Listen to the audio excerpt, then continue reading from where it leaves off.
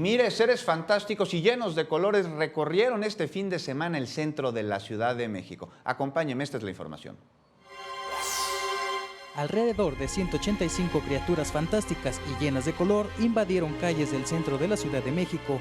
Se trata de alebrijes que recorrieron el Zócalo hasta el Ángel de la Independencia.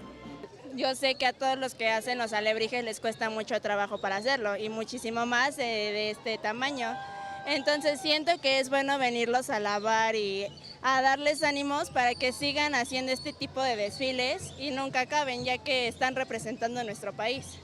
Como cada año, artesanos mexicanos elaboran alebrijes con materiales como cartón, alambre y, por qué no, con mucha imaginación, hacen que el público en general disfrute de sus diseños. Empecé a diseñar lo que es el alebrije. Una tarde te pones a dibujar, a diseñar, bueno, le vamos a poner esto. Ya no va a ser un perro, ahora van a ser 2 perritos y una garza por el cisne, el pescado. Bastantes cosas que se te ocurren en la mente. Ajá. Mira, pues yo quise hacer un diseño de una mantarraya, como con pulpo y una cola de sirena.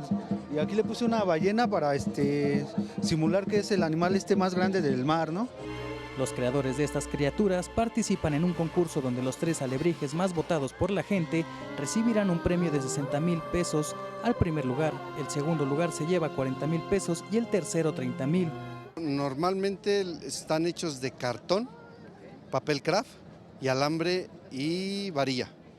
Trabajamos en este alebrije unas 10 personas, entre 10 y 9 personas trabajamos este alebrije.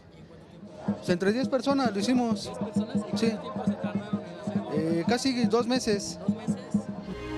Esta alegoría colmada de colores y fantasía, cuyos actores principales son los alebrijes monumentales, podrá ser disfrutada por el público hasta el domingo 5 de noviembre a lo largo de 4 kilómetros en las aceras norte y sur de Paseo de la Reforma.